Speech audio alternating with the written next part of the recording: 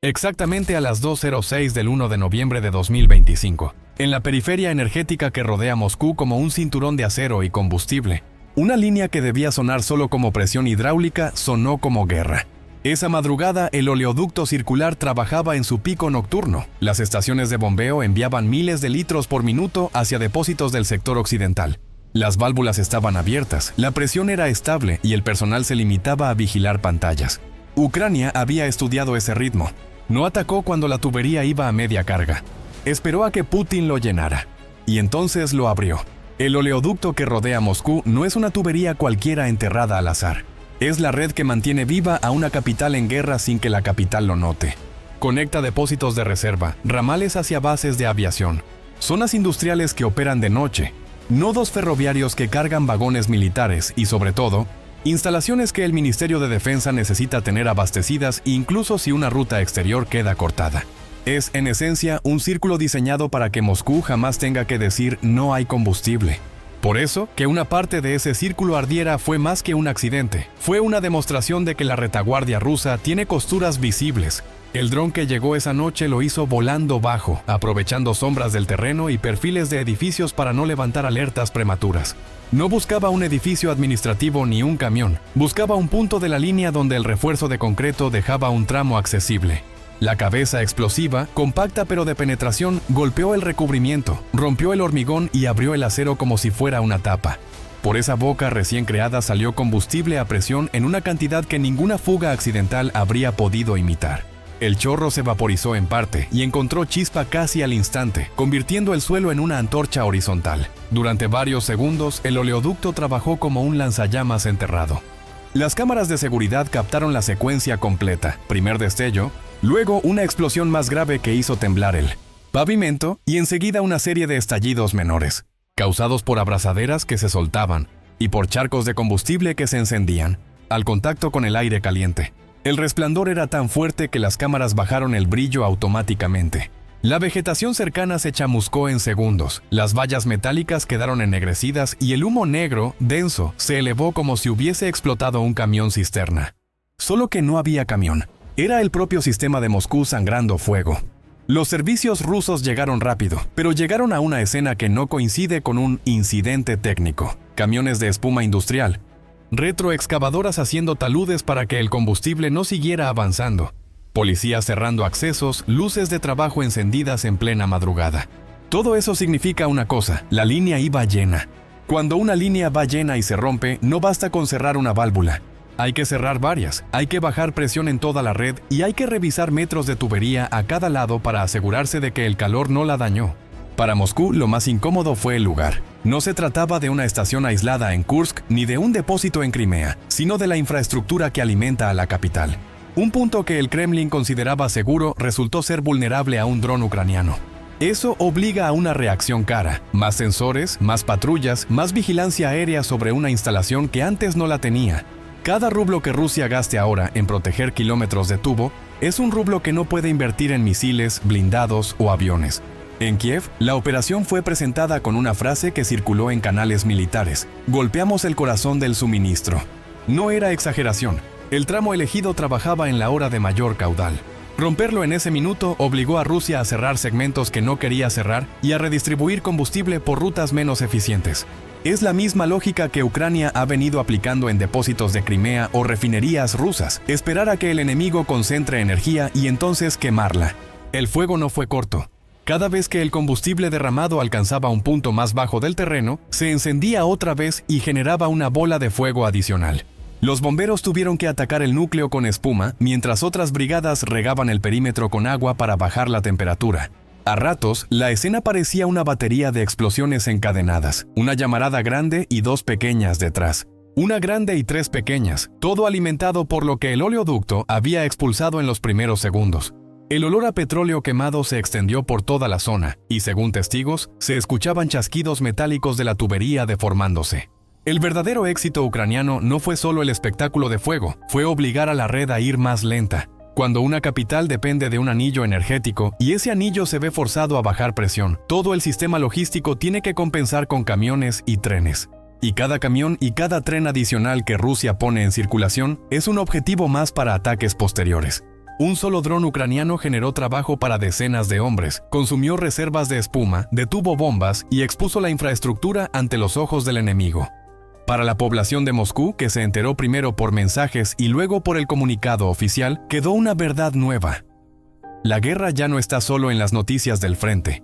Está bajo la tierra de la propia capital.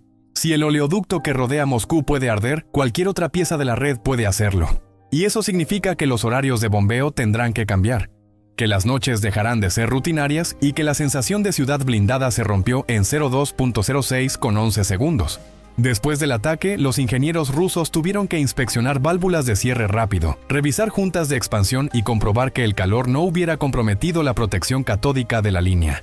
Ese trabajo no estaba previsto para esa noche, y sin embargo hubo que hacerlo porque un impacto en la hora de máxima carga puede provocar fallos posteriores. Cada inspección extra alarga la recuperación y mantiene al oleoducto funcionando por debajo de su ritmo ideal. Después del ataque, los ingenieros rusos tuvieron que inspeccionar válvulas de cierre rápido, revisar juntas de expansión y comprobar que el calor no hubiera comprometido la protección catódica de la línea. Ese trabajo no estaba previsto para esa noche. Y sin embargo, hubo que hacerlo porque un impacto en la hora de máxima carga puede provocar fallos posteriores. A partir de ahí empezó el problema que Moscú no quería que existiera. ¿Cómo volver a poner en marcha un anillo de combustible que ya demostró que puede ser visto desde fuera? La primera orden que salió del centro de control fue clara: mantener presión baja hasta nueva inspección.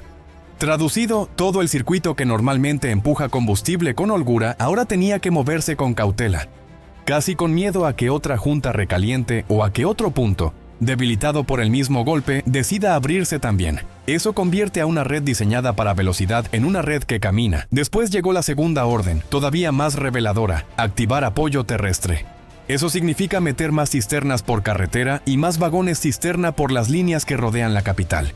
No porque Moscú se estuviera quedando sin combustible en ese momento, sino porque los planificadores rusos saben que esas horas posteriores al ataque son las más vulnerables. Si hay una segunda acción ucraniana, si hay un sabotaje interno, si hay un error de válvula, no pueden darse el lujo de que la capital se quede sin reservas calientes.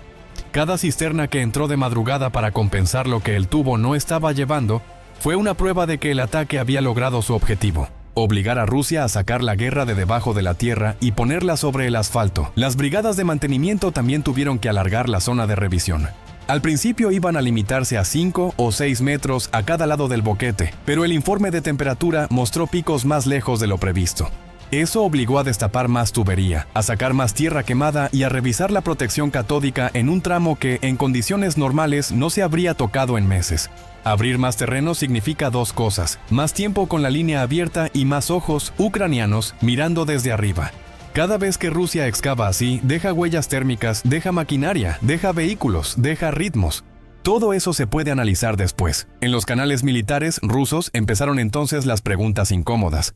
¿Por qué la tubería estaba trabajando tan cargada en un horario que ya se ha visto que Ucrania usa para atacar? ¿Por qué no se había instalado una cúpula antidrón en ese tramo si ya había habido ataques a infraestructura energética en el mismo mes? ¿Por qué el cierre automático afectó a más derivaciones de las estrictamente necesarias? Esas preguntas no son solo ruido, son grietas, son la prueba de que el golpe no solo quemó combustible, quemó confianza en la gestión de la retaguardia. Ucrania, por su parte, puede sacar una conclusión muy valiosa de esa madrugada: que la defensa rusa en torno a Moscú sigue estando pensada sobre todo para amenazas altas y frontales, misiles, drones grandes, aviones, y no para vectores pequeños que vienen pegados al terreno y van directo a infraestructura lineal. Es más difícil proteger una tubería de 200 kilómetros que una base aérea de 500 metros. Y Ucrania eligió lo difícil para Rusia. Eso quiere decir que, si tiene más drones, puede repetir la jugada en otro punto del círculo, o incluso en un ramal que alimente una base aérea. No tiene que destruir Moscú, tiene que obligarla a bombear asaltos. Muchas de las válvulas de corte rápido y de los tramos de acero que se usan en ese oleoducto no están entrando con la misma fluidez por las sanciones. Cada vez que un ataque obliga a Rusia a sacar una válvula del almacén y ponerla en tierra, está usando stock que no se repone a la misma velocidad. Si Ucrania consigue que esto pase 3, 4, 5 veces en meses, el sistema tendrá que empezar a funcionar con piezas remanufacturadas, con tramos menos robustos o con soldaduras de emergencia. Y un sistema de combustible con parches es un sistema más fácil de romper la próxima vez. Mientras tanto, los planificadores de Moscú tuvieron que mirar más lejos de la ciudad. El anillo que rodea la capital depende, al final, de lo que le llega desde otras regiones. Si una parte del anillo queda limitada, hay que adelantar trenes desde el Volga, desde Yaroslavl o desde Briansk para que la reserva de la capital no baje. Eso, otra vez, hace más visibles los convoyes. Y los convoyes visibles son el tipo de objetivo que Ucrania puede atacar con drones más simples, con FPV o incluso con sabotaje. Un golpe en el tubo genera 10 oportunidades nuevas en la ruta. En el terreno, los restos del incendio también dijeron mucho. Se vieron planchas de la protección externa deformadas como si fueran plástico, se vieron restos de espuma sobre el asfalto y se vieron marcas de las orugas de maquinaria pesada. Eso quiere decir que el calor superó lo previsto para un incidente civil. Y si superó lo previsto, el seguro interno de la empresa estatal tendrá que catalogarlo como acto hostil, no como falla.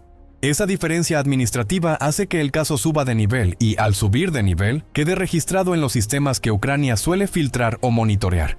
Kiev no solo atacó, provocó un expediente. La población de la zona que vio el resplandor tuvo otra reacción que en Moscú no gusta. Muchos empezaron a preguntar si había otros oleoductos cerca de zonas residenciales. Y sí, los hay, porque es imposible rodear una ciudad de ese tamaño con energía sin pasar cerca de alguien. Eso obliga al Estado ruso a dar más explicaciones, a mover un poco alguna línea, a instalar muros, a mejorar drenajes. Todo eso son obras, todo eso son meses. Todo eso es entrar en la fase de Crimea ya no puede almacenar grandes volúmenes sin miedo. Pero esta vez aplicado a Moscú. Moscú ya no puede bombear grandes volúmenes sin miedo. Esa noche, en resumen, un solo dron convirtió un sistema pensado para ser invisible en un sistema que todo el mundo vio. Y una vez que todo el mundo lo ve, ya no vuelve a ser invisible. Lo que pasó después dejó a todos en shock. Suscríbete para conocer más este enfrentamiento minuto a minuto.